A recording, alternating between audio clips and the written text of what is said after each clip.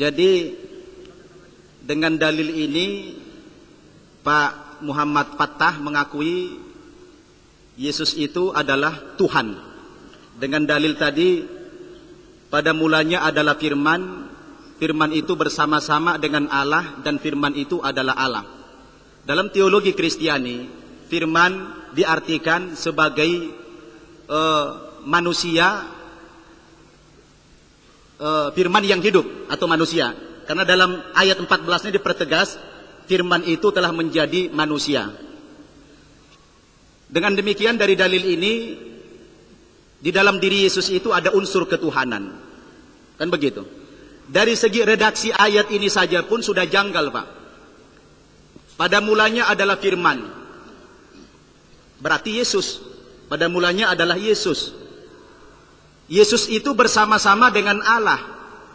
Bersama-sama. Dan Yesus itu adalah Allah. Bagaimana mungkin bisa diterima oleh akal? Tadinya berpisah. Kemudian bersama-sama, lalu menyatu. Sungguh aneh ayat ini sebenarnya. Pada mulanya saya bersama-sama dengan Yusuf, dan saya adalah Yusuf. Ini saya pikir lebih bingung lagi. Oke, itu menyangkut keyakinan Bapak, tapi harus lebih ilmiah sebenarnya. Karena begini, kalau memang Yesus itu Tuhan, kenapa di dalam Injil Markus dia tidak tahu kapan hari kiamat terjadi? Apa ada Tuhan tidak tahu kiamat kapan terjadi? Jadi ini perlu dipertanyakan, Pak. Coba Bapak tanya kepada pendeta yang lebih tinggi lagi. Apa iya seorang Tuhan ya tidak tahu kapan hari kiamat terjadi? Padahal yang membuat kiamat itu dia. Kok dia tidak tahu kapan terjadi? Coba Bapak baca dalam Injil Markus pasal 13. Ya. Injil Markus pasal 13 ayat 32 atau Injil Matius pasal 24 ayat 36. Jadi Yesus itu tidak tahu kapan hari kiamat terjadi. Nah, coba Bapak jawab. Terima kasih. Saya tertarik sekali dengan Bapak mengatakan aku dan Bapak adalah satu. Di dalam Injil Yohanes kata aku dan Bapa ada satu. Kalau memang Yesus itu menyatu dengan Allah, menyatu dengan Bapa, tentu jadi pertanyaan ketika Yesus di tiang salib, ya, dia ada mau mati, dia kan teriak, Eli Eli lama sabaktani, artinya Tuhan Tuhan, mengapa engkau meninggalkan aku? Nah, kalau memang Yesus bersatu dengan Allah, ya Tuhan mana yang dia panggil? Tuhan mana yang dia panggil? Ini membuktikan bahwa Yesus dan Tuhan itu tidak menyatu. Kalau Yesus juga dan Tuhan ya menyatu, kita lihat dalam Yohanes 5 ayat 30, apa katanya? Kata Yesus ini, Yesus yang ngomong loh, bukan saya ini, saya hanya bacakan. Aku tidak bisa berbuat apa-apa dari diriku. Ya. Aku menghakimi sesuai dengan apa yang aku dengar dan penghakimanku adil, ya.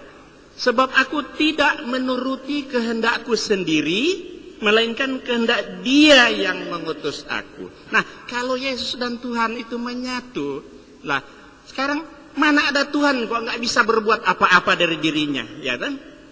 Mana ada Tuhan yang tidak bisa menuruti kehendaknya? Kalau dijawab Yesus itu manusia 100%, Tuhan 100%. Nah, pada saat dia mengucapkan ini, Tuhannya kemana? Tuhannya kemana? Apa keluar dulu dari badan dia? Kalau Tuhan tetap menyatu, mestinya Yesus tak maha tahu. Masa ada Tuhan tidak bisa berbuat apa-apa? Tuhan nggak bisa menurut kehendaknya. Yang benar kata Yesus di bawah, ya, melainkan karena Dia yang mengutus aku, ya. Kalau Yesus nggak tahu wajar, karena kata Yesus dia hanya seorang utusan, seorang nabi, seorang rasul. Wajar kalau dia nggak tahu. Kalau Yesus menyatu dengan Tuhan, mesti dia tahu dong. Nggak mungkin dia nggak tahu kan. Yohanes 1 ayat 1 sampai 14, kata Yohanes, pada mulanya Allah firman itu bersama Allah, firman itu adalah Allah. Kemudian ayat 14, firman itu telah menjadi daging dan tinggal dan hidup di antara kita. Yohanes 1 ayat 1 dan 14. Saya punya Injil namanya The Five Gospels, buatan Amerika, 5 Injilnya kan. Injil itu diseminarkan dari ayat per ayat. Injil itu berwarna. Kalau dia ayatnya kalau merah, itu that's Yesus, itu ucapan Yesus. Kalau dia cetak pink, sure sound like Yesus. Ya, kira-kira suaranya mirip Yesus lah. Kalau dicetak gray, abu-abu, well maybe, ya barangkali. Itu kan berarti belum tentu benar. Kalau dia cetak hitam tebal, bold, hitam tebal, Yesus didn't say this. Artinya Yesus tidak mengatakan itu. Saya lihat Injil Yohanes 1 ayat 1 sampai 14 enggak masuk di kategori 4. Enggak masuk. Nilainya tidak mempunyai nilai kebenaran sama sekali. Kalau dia masih cetak hitam bold, masih boleh lah. Kenapa? Karena ini bukan ucapan Yesus. Ini hanya ucapan Yohanes.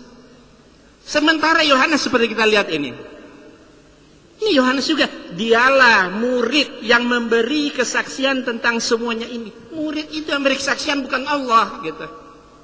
Jadi Injil itu ditulis bukan atas bimbingan Roh Kudus kepada penulis. Oh enggak, banyak Injil ditulis bukan dari bimbingan Roh Kudus. Dialah murid yang memberi kesaksian tentang semuanya ini dan yang telah menuliskannya, dan kita tahu bahwa kesaksiannya itu benarnya itu siapa? Walau alam nggak tahu.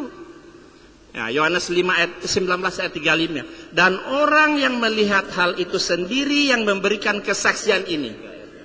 Dan kesaksiannya benar. Dan ia tahu bahwa ia mengatakan kebenaran supaya kamu juga percaya. Nah, dan orang yang melihat kesaksian itu, siapa orang itu? Ya walau alam nggak tahu. Ini kan berarti bukan Allah langsung berfirman atau dia menulis atas bimbingan Roh Kudus.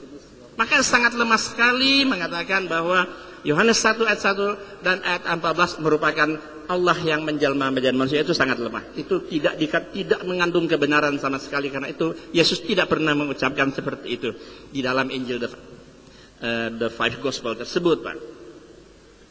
Jadi banyak sekali, Pak. Ya, Alkitab yang bukti-bukti bahwa Alkitab itu tidak 100% firman Allah. Bahkan di dalam the five gospel itu dikatakan hanya 18% seluruh Injil itu ucapan Yesus. 18%. Demikianlah barangkali.